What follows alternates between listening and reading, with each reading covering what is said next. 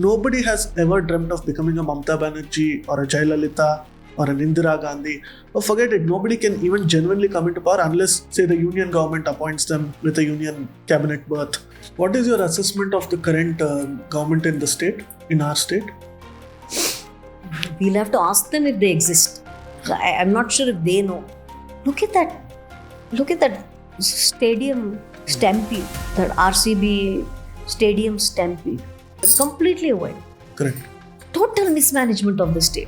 Speaking of Rahul Gandhi, why is it that a lot of leaders from the north, Sonia Gandhi contested from Ballari, Rahul Gandhi contested from Wayanad, now Priyanka is also a member of parliament from the south. We don't have ambitious South Indian leaders who want to go up there. We want to organize society, not ourselves. RSS never intended to build itself, which is why it has remained 100 years old and so strong. About the same time the Communist Party began, what happened? Why did they fizzle out?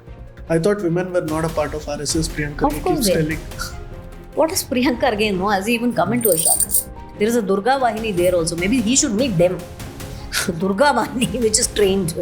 Anyway, this also is a fallout of the enormous increase in the price of alcohol in Karnataka. We are literally the government is only surviving on excise. Yeah. We believe in distributing the prosperity of this nation. They believe in distributing the poverty. Yeah. How do I make you equal to me? I make you also poor.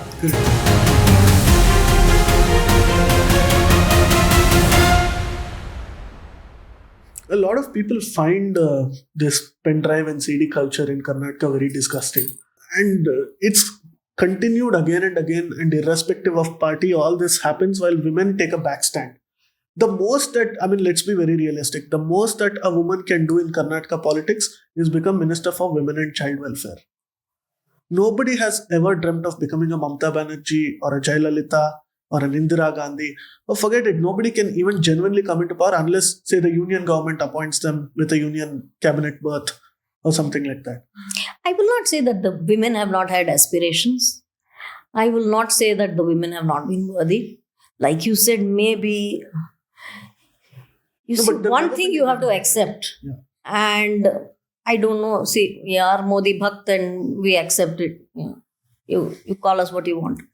But once you have to appreciate him for bringing about that 33%. I'll tell you why.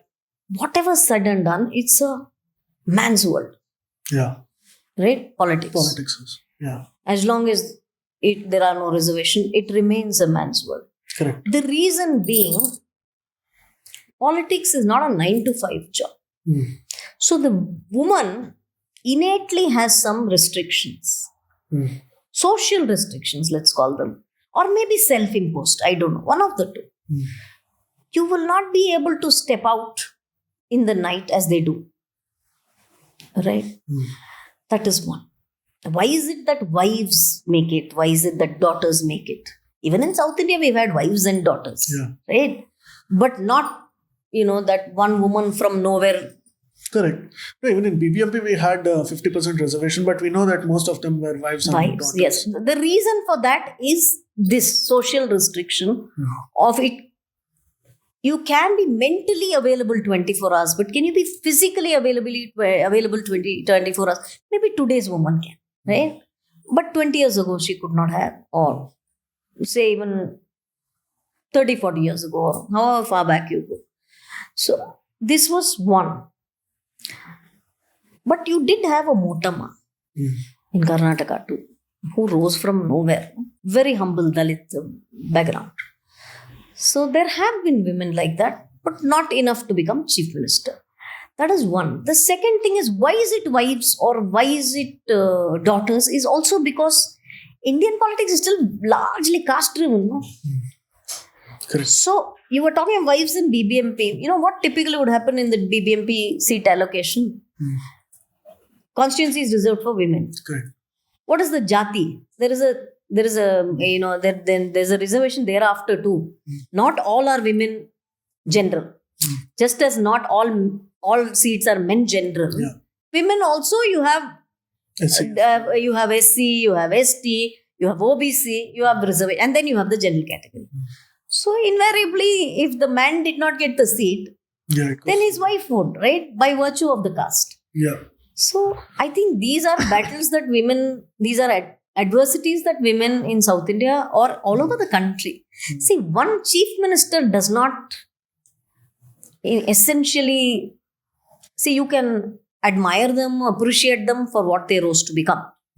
Like Mamata Banerjee was a student activist. Yeah. I mean, you admire her for that. But what she became thereafter, the monster that she has, we don't want her at all. That's okay. But then you can't, No, she's fought. you'll have to, yeah, but she's fought those battles. So what I'm saying is one woman rising is not enough. Yeah. Women as a community have to rise. And for that, you need more women to represent us. One Mamata Banerjee does not represent all the aspirations of all the women of West Bengal. Or neither does, one, say, Jayalalitha. It's not so. It's not so. I think that 33% reservation in many ways bridges that. And it's come after so long. This Panchayat reservation came in the 80s itself. 50% in Karnataka, thanks to Yediyurappa. Not everywhere is it 50% in local bodies. It's still 33% in many places. Some states had the option to make it 50% and Yediyurappa did so. Yes. So, in terms of Kerala, not just the politics of it, but even the movie culture, like a lot of people, even from the north, tune into the movies. And somewhere there continues to be a quality difference that is felt even today. Like, despite your Thithi and Kantara and all the good movies that we've had in the last 10 years, and somewhat we've broken that hierarchy also that only certain families rule the Karnataka film industry, we still seem to be qualitatively lacking behind. Is that an assessment you would agree? Not really. See, what has happened again, mainstream cinema has served what the larger population likes. No. What is the difference between art and popular? What is the difference between classical and popular? More appealing to more number of people. So the storytelling itself is different. And this art house, as one used to call it many years ago, came from that anti-establishment emotion, right? And it thrived in Karnataka. If you ask me, Karnataka has made the best films in those days. Right? Girish Kasaroli came from that era. We made some fantastic films in those times too. But mainstream cinema depends largely on the number of consumers. Say the consumers that a Telugu cinema had or a Tamil cinema had, Kannada cinema did not have. Right? So that is one reason why you might think that, we don't have as many superstars as they do. Or our business is not as rich as theirs is. That is one story. Kerala is a different phenomenon in itself. Kerala started off again with art house and all of that. Their mainstream cinema was pathetic. But they learned to bridge it in the 90s. They brought about films that were, maybe you can call them realistic, with fabulous content, yet they managed to reach the masses. Films made like that, like His Highness Abdullah, or those days Mammootty also made Fam. There was that CBI Dairy Kuripu, or Mohanlal made so many films, Kamaladalam, so many films like that. So these were films that were very realistic and very rooted, yet reached the masses. So they somehow found that formula much before everybody else did, I feel. Which is why they took many strides in the 90s itself. We are all catching up now. What is your assessment of the current government in the state, in our state? We'll have to ask them if they exist. I'm not sure if they know. They do make a lot of noise. What noise? They're just fighting. They're just fighting amongst themselves for that one chair. Other than that, how far have they taken the people in the last 2 years? What are the strides taken? I mean, leaving aside all the scams, What is it that they have done in terms of development? How much further have they taken the state? Except to, burden it further with large debt, giving away freebies and all of that. But Where are the Siddaramaiah- strides taken? Because they are unable to balance. These freebies are not easy to deliver. They may be promised easily. They're not easy to deliver. Handing out 2,000 a month is not easy. It's not as easy as as somebody sits and writes it down. So some Congress defenders say that the whole plank on which the Congress fought the election was social justice. So at least as far as that is concerned, we have delivered. So what handing out 2,000 rupees doles is social justice? You see the fundamental difference in thinking. We draw ours from the RSS, our thought process. I thought women were not a part of RSS. Priyanka Of course keeps they are. telling. What is Priyanka again? No, has he even come into a shaka?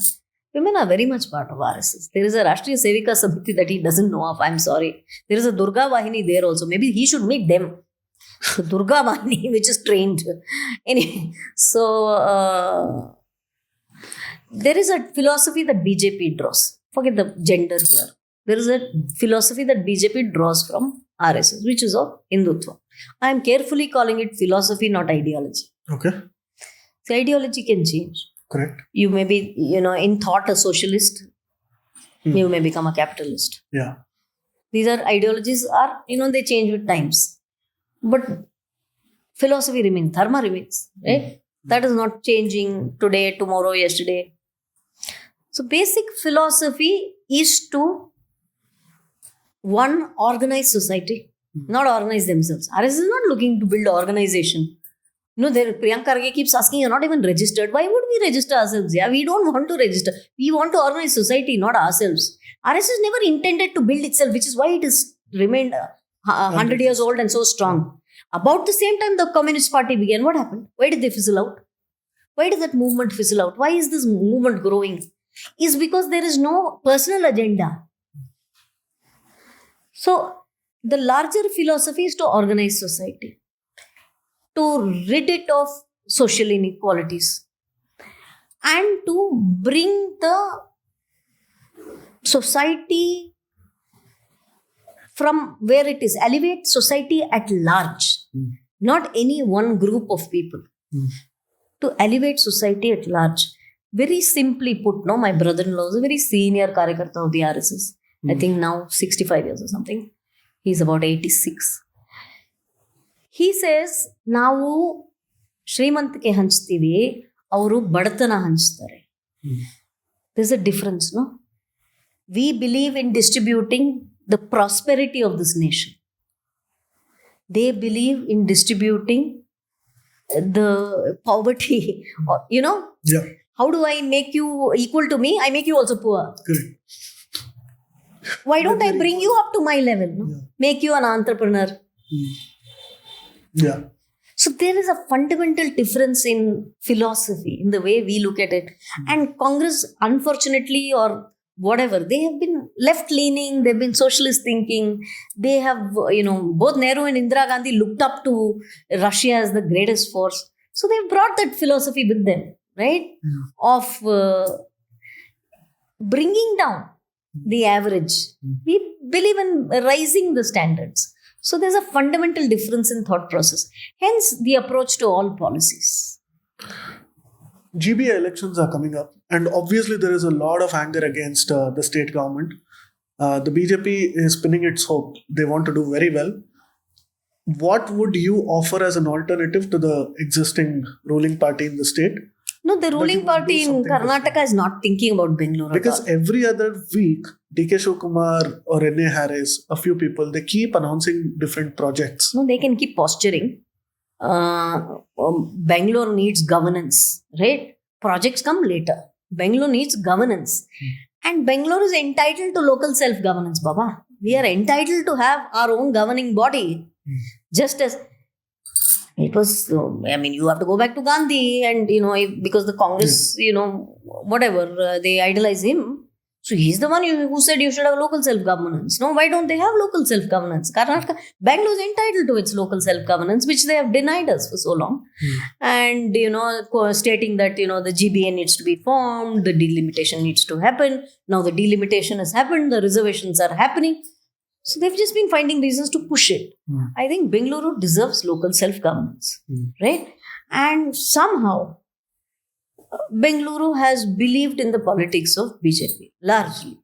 Because both the time BBMP happened, Bengaluru gave us once majority, the second time we were the single largest party, which again they took away from us, by bringing some technicalities. They got MLCs and MLAs to vote and Rajya Sabha MPs to vote, and they took over the governing body. However, they had to eventually relent, and we had our meals. So, in that sense, Bengaluru, if you look at all the 4 MPs, they are BJP, in Bangalore. Whether it is central, whether it's PC Mohan, whether it's Tejasvi Surya, or whether it's north Shobha Karandlaje, and then Dr. Manjunath here in rural. So, Bengaluru has traditionally believed in the politics of BJP. So, we certainly have an edge. And given all the malgovernance across the state, and I don't need to, explain any further on how much Bengaluru has fallen in terms of, again, no development, nothing, because all the money is going into freebies. Again, I'm pretty sure the language debate will come into picture maybe 2-3 months as the elections come nearby. Language, I don't know if it will really impact local self-governance in Bengaluru, as nobody will care. This chauvinism really does not resonate with the people of Bengaluru, because Bengaluru has populations speaking different languages. We cannot. Kannada is supreme. There's no dispute there. But there are other language-speaking people too. So I don't think it will be around language. Right. And how do you envision the next 2 years are going to be? What's the BJP strategies going ahead with the 28 assembly election? I think today, if you hold elections in Karnataka, the Congress will be defeated, hands down. Because that's the level of frustration people have. The utter failure of law and order, zero development, this, infighting between these two guys. It's not just my problem. It's a general problem that people have expressed over the years. Is that we know that BJP is going to come back because of the frustration. But we want the leadership to evolve a little bit more. We want what Devendra Fadnavis is doing to Mumbai. We want something that Yogi is doing to Noida. We want something that Narendra Modi had done to Gujarat. We need a leader like that. Yediyurappa, yes, he was there. He tried to do a few things. But his time is over now. Now there is a new leadership which is being groomed. I urge the people to give us a mandate, a full mandate. You have not given us a full mandate. Have you given us 112? Yeah. So for us to have a robust government, we need that 112, more than 112. So when that strength comes from the mandate, then obviously the governments perform better. However, unfortunately for BJP, Mr. B.S. Yediyurappa has been he's been the building force of BJP in Karnataka, just as Mr. Anand Kumar has been. And some of his policies in his 2008 government were even, should I say, delivered in a new form by the Modi government. His farming policy, he had something called Bhu Chetana, which many people refer to even to this day. Because it in many ways changed the way the governments thought about farmers. He had a farmer's budget. Because whatever said and done, they are the backbone of this nation. It is the farmers who drive the nation. Yes, you have a lot of, you have a lot of others too. But then the farmers drive this nation. So then he had this, like I said, 50% reservation for women. He did it, without any demand from anyone, right? Right. Or he created a scheme called Bhagyalakshmi. You have this Beti Bachao, all remodeled on Bhagyalakshmi only. Correct. Yeah.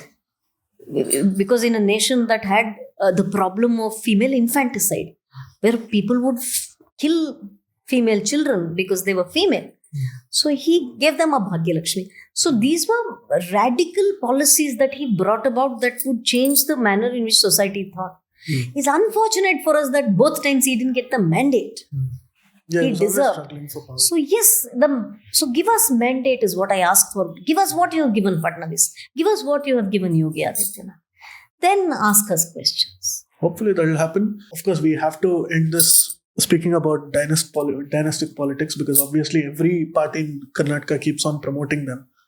So I think generally there is a sentiment that youngsters are nowhere represented. It is some MLA son, some MP son, somebody's nephew getting into politics, and That's not true. It's come Look at to me- Narendra Modi. That's not true. Narendra Modi is from Gujarat. No, I'm talking about Karnataka. Okay. And it's in a very bad shape where people have just given up. Look at Anand Kumar. No. Yeah. See, what happens is you cannot prevent a politician's son from coming into politics. It's his right as much as it is yours or mine. Right? Sure. Can you say don't come to politics because your dad is a politician? You can be a lawyer if your father is a lawyer, but you can't be a politician. Of course you can. So that you can't prevent them from. What the BJP says is, when we say dynastic politics, when we say Vamshvad, the highest position is given to that child of that dynasty. That is what we are opposed to. Yeah. If he earns it, fine. But he shouldn't inherit it.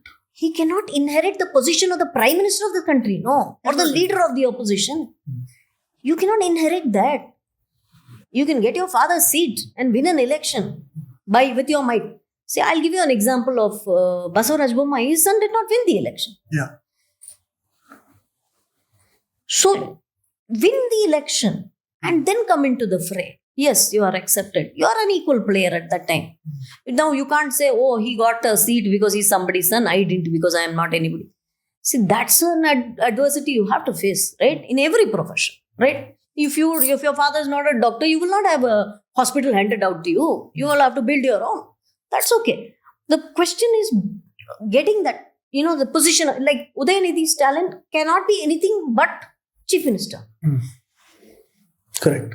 Udayanidhi Stalin most certainly can be MLA. Who's stopping him? Nobody's stopping him. Yeah. Let him in the boards of the people, he can be MLA. But because he's Stalin's son, he becomes chief minister. That's the problem that BJP has with dynasty politics. And need I talk about Rahul Gandhi? Speaking of Rahul Gandhi, why is it that a lot of leaders from the north, Sonia Gandhi contested from Ballari, Rahul Gandhi contested from Wayanad, now Priyanka is also a member of parliament from the south. At the same time, we don't have anybody from the south going up. Now, maybe George Fernandez was a rare exception back in the day. But apart from that, we don't have ambitious South Indian leaders who want to go up there. Chandrababu Naidu at a point maybe, but even he gave up. They have not done politics in the south. They have contested on a seat from the south, which was safe for them. Ballari, for example. Yeah. Or Indira Gandhi came to Karnataka and fought an election. These were safe seats, right? Or Wayanad, all safe seats. Not because the people, of South India want only them or something like that. Correct. These are all safe seats. They're Congress seats, so they came and they won. Nobody invited them to come here and contest. But then it's a free country. Anybody can go and contest from anywhere they feel like. Nothing stops me from going to Bihar and fighting an election. But then you have to resonate with the people of that land. Yeah. What we most certainly want to have a problem with is Bangladesh is coming. Is with illegal immigrants. That Congress encourages that, no, for the sake of what? The biggest concern for a state is to not see a bad chief minister, but a bad home minister. Unfortunately, Mr. Parameshwar has not risen to any occasion that was expected or demanded of him. On every occasion, let alone all the As a home all minister, the you're telling Nanigan aggression and violence against women. Look at that stadium stampede. That RCB stadium stampede. Completely avoidable. Correct. Total mismanagement of the state. They can blame whichever officer, have them transferred, get a single judge to, get it all off their backs and, absolve them. But look at it, no? It was so totally avoidable. Everyone knew the number of people that would come. how youngsters were, raring to come and see these guys. Yeah. How all of it could have been prevented. I think in India, in all of India's, 75-year independent history, I don't think an incident like this would have ever happened. There have been stampedes when, in these large religious meetings and all of that, right? Or there have been some stampedes when their freebies are distributed and rice is distributed and all of that, there have been. But this, when you're celebrating something, you're celebrating and people have not come to take anything. They have just come to see their hero. Could you not have organized a nice procession for him? Now, how sad is it? How sad is it that you hold everyone other than the government responsible for it? Yeah. The others are also responsible. There was mismanagement on the part of KSA also, right? Yeah. The shutting of the gates was uncalled for. It was the shutting of the gates which led to the stampede. But then the crowd had already come. No, there was going to be stampede here or somewhere else. So when the government knew that they can't manage, they could have requested Virat Kohli. They could have requested this man. He's a superhero. They could have said, "Sir, please come 2 days later. Correct. Huh? Yeah. Let this frenzy die down." Correct. Or our police have been awake the whole night because you won the match. Yeah. And the state is celebrating and the city is celebrating. All night the police have been on patrol duty. Let them take a day's break. Yeah. You come tomorrow. We will organize a nice gala event for you. Yeah. There could have been so many ways. I don't think he would have said, no, I am going to come. Because he doesn't get to decide. No, whenever He may be the captain. He doesn't get to decide. They could have requested him. Yeah. He didn't say, I will come and stand on those steps on Vidhan Sauda so I can get a picture with Mr. Siddaramaiah. I don't think that was his intent. It was Mr. Siddaramaiah who wanted him and his family and the families of all the ministers who wanted those pictures. No? Correct. It's not those chaps. They have to heed to the government in power. So they did. It's all their children wanted pictures basically. So We saw who were there. So you kill other people's children because your children want pictures. Yeah. The children of the average Kannadiga dies because you want pictures with them. So this could have been organized in a better fashion. What is the government's contribution to RCB's victory in those matches? Yeah. Did the government of Karnataka nurture Virat Kohli? Why is the government taking credit for Virat Kohli's success or his team's success? The attempt was to get credit for that, which is why all this happened, whatever happened, right? Why do you need credit for it, sir? I mean, what gives you the right to claim credit for it? Which is what Mr. D.K. Shivkumar physically displayed. Went to the stadium, held the cup. Arre Baba, the government or the state did not win it. It was a franchise. I think even as a quality of the discourse, political discourse, you compare what other leaders are talking these days. I would much rather want them to talk about religious polarization than say talk about ಇವತ್ತು ಈ beer ಕುಡ್ದೆ ಇಲ್ಲಿ ಇದು ಮಾಡಿದೆ ಇವ್ರ ಮನೆಗೆ ಹೋದೆ ಇದು ತಿಂದೆ ಅದು ತಿಂದೆ. This is the sort of a discourse that we've been having in Karnataka continuously. See, this also is a fallout of the enormous increase in the price of alcohol in Karnataka. We are literally the government is only surviving on excise. Yeah. The revenue is only coming from there. Which is why they all also end up talking about all this. So they are incentivized to promote all of these things. What choice do they have? So tell me how... Because this whole freebie culture is not easy to hold. See, you can sit and write down 20 pages on how 2,000 rupees can be distributed, who are the women who are eligible, how will we... But where are you going to get money from? How are you going to generate that money year on year? So you find all these means to do it. I mean, what is not the right way to go about, right? And then you overtly tax the average Bangalorean. You increase water charges, you increase electricity charges, you increase the cost of milk. I think what we need in Karnataka is a satyagraha right now. If everyone can quit drinking for 1 month, that is going to shake up the state government because they're so dependent on alcohol revenues. You're saying in many ways, do a Bihar in Karnataka. Yeah. I don't know. This whole culture of alcohol Should we have a complete ban as Bihar does? No, not a ban. But it should be or should it be people's movement. regulated the way Tamil Nadu does? They have a task No, market, I'm not saying call for which ban. is government Everybody's regulated. free to drink. Everybody's can do whatever they want. But there has to be a social movement on the side of the people where they say, we will make you suffer and pay for whatever you're doing. It has to be led by political parties.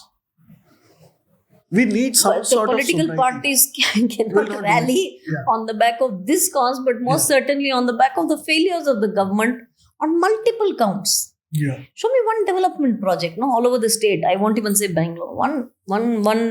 One project that Karnataka can be proud of in the last 2 years. No, they haven't had the time or the money or the energy for it, because one is holding on to their own seats.